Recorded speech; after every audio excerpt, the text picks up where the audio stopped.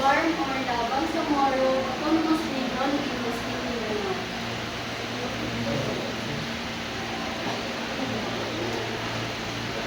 Bangsamoro is a Muslim dominant region of Mindanao.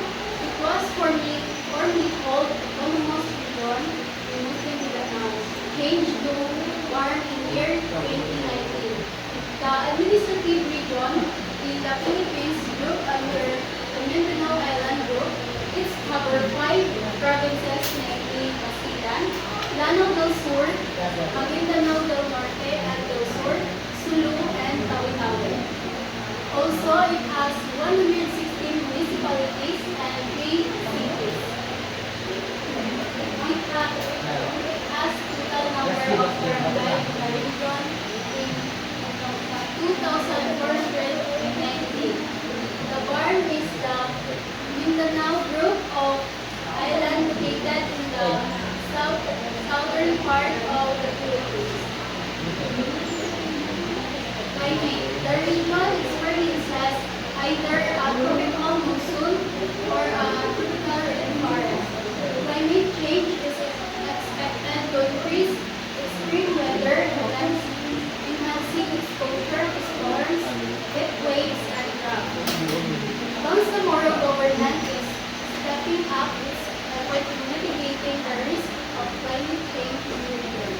Over 200 Bangsamoro planners across the region pledged to adopt blue and green approaches to promote climate change, resiliency, and sustainable development. So, sa coastal features, Masilay Base, the Sulu Base, Point Baylam Base, and the Point Mangalis Base. And beaches, the Hali Pangalima, Hali Beaches, Malawi Island, Taganak and Turtle Island, Sibuto Island, and the Strait, Apple Strait, and Masilang Strait. So the major fishing grounds sa Bangsamoro, South Sulu Sea, ay 112,642 sa Zamboanga. Then the Llano Base, the Mindanao, 2,150 by 28,20 sa location, Lanao del Sur. Then Tawi-Tawi Bay, areas, Spearhead, Matter, environment 92.43 sa Tawi-Tawi, and the Orobo, 12,900. Then sa Mount Fishing Ground,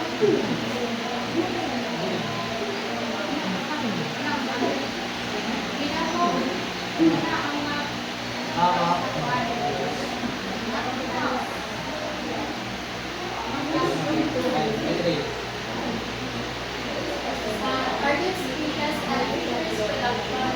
The common commercial fishing species sa Bangsamoro is the tuna,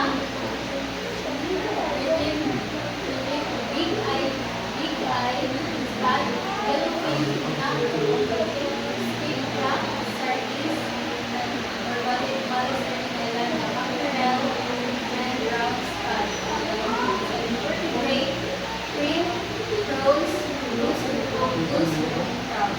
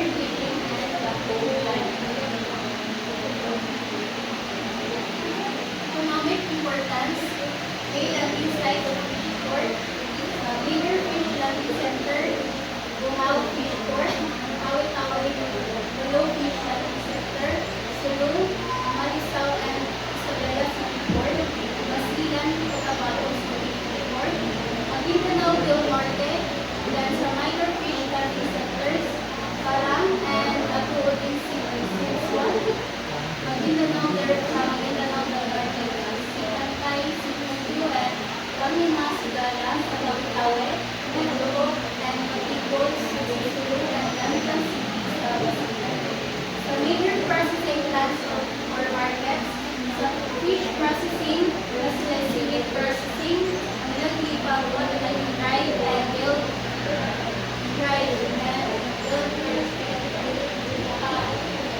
napakapos dried fish, or daing, and smoked fish, or pinaka fish paste o pag-home, then fish paste or fish sauce or sa markets and trade centers, nasa Tabaco City, Fish Market, Largest Island Market, at Cunao Public Market, in Tawi-Tawi, then Blue Market in Sulu, and London Fish Market in Basilan. Ako niya mga report sa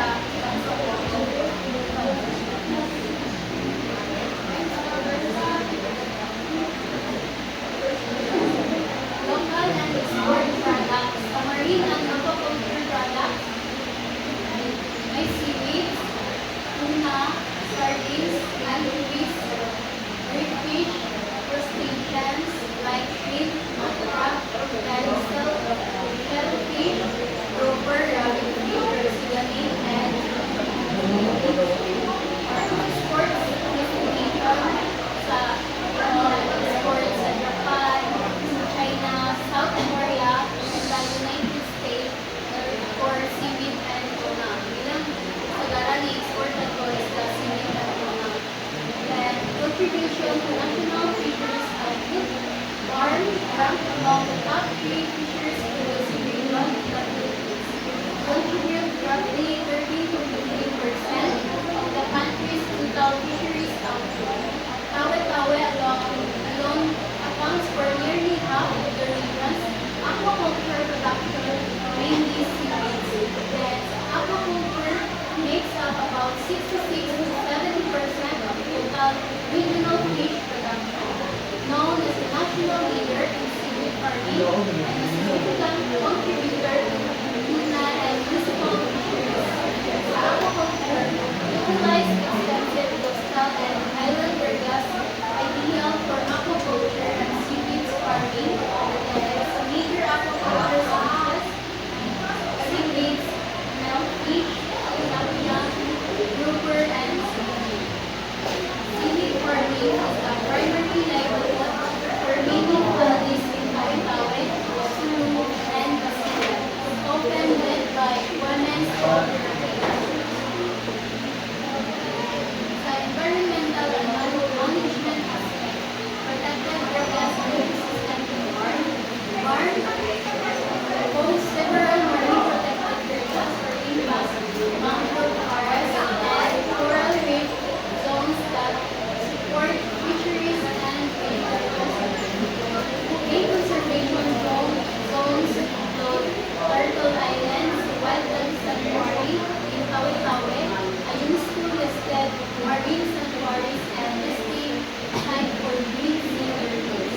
The Sibuto Passage and Silete Sea, rich fishing ground with diverse coral reef sa Ligo of Samar, or sa Maguindanao del Sur, the largest wetland in the Philippines for inland fisheries and migratory birds. Lake Lanao sa Lanao del Sur, a vital inland fishery and freshwater source for hydroelectric power.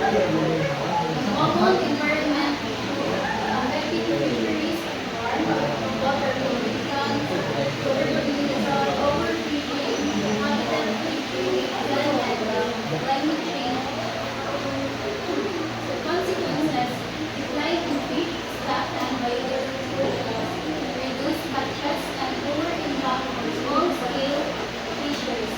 Fish kills, coastal aquaculture, and due to poor water quality, then threats to sustainability of local livelihood and food security. Government and community programs warn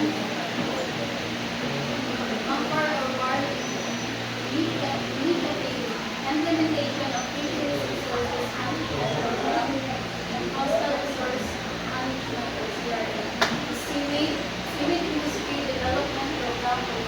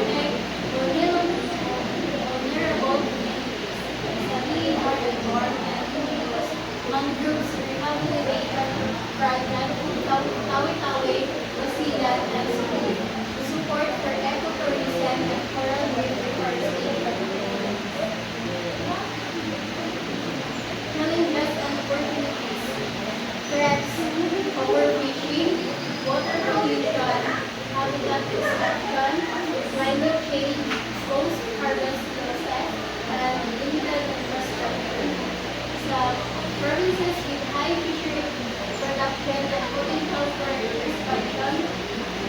Tawi-Tawi, major city that serves the Philippines with a long coastline ideal for aquaculture expansion. The Sulu coastline with abundant coral reef and marine resources making it a significant producer, particularly of seaweeds. Nabasilan contributes significantly to the Bangsamoro Autonomous Region in Muslim Mindanao. The Maguindanao del Sur contributes to the overall high fishery production with potential for aquaculture development.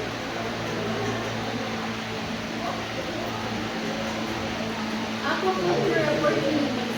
In inland aquaculture, span, tilapia, catfish, and mudfish farming dito watermark around Lake Lanao.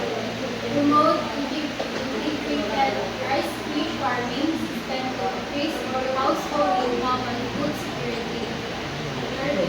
Develop fish hatcheries and fingerling production center in Maguindanao and Lanao provinces.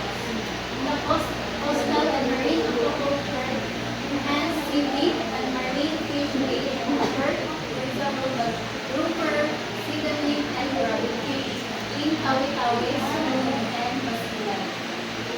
Encourage shrimp and crab aquaculture in rapid water ponds.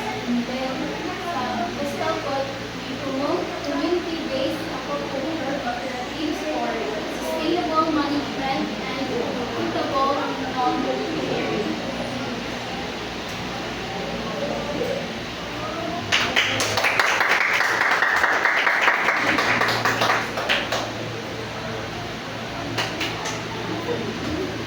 Pumunta na si Lily. Pero, Ah, pumunta na din. ay si Panguta na.